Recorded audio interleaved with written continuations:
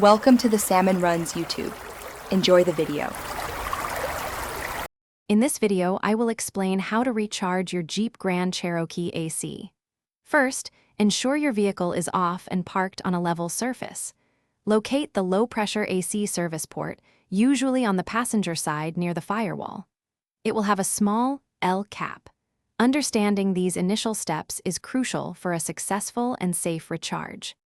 Before starting, gather your essential tools. You'll need an AC recharge kit, which typically includes a can of R134, a refrigerant, and a charging hose with a gauge. Safety is paramount, so always wear protective eyewear and gloves. Having these items ready ensures a smooth and efficient process. Now, let's connect the recharge kit. Firmly attach the charging hose to the low-pressure service port. You should hear a click, indicating a secure connection.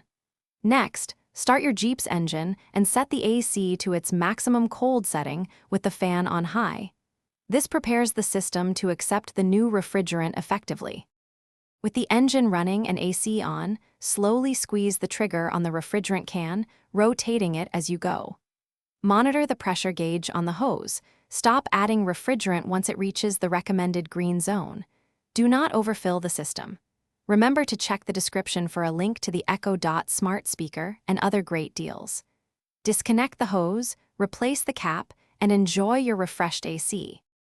Thanks for watching. Consider subscribing if we helped you.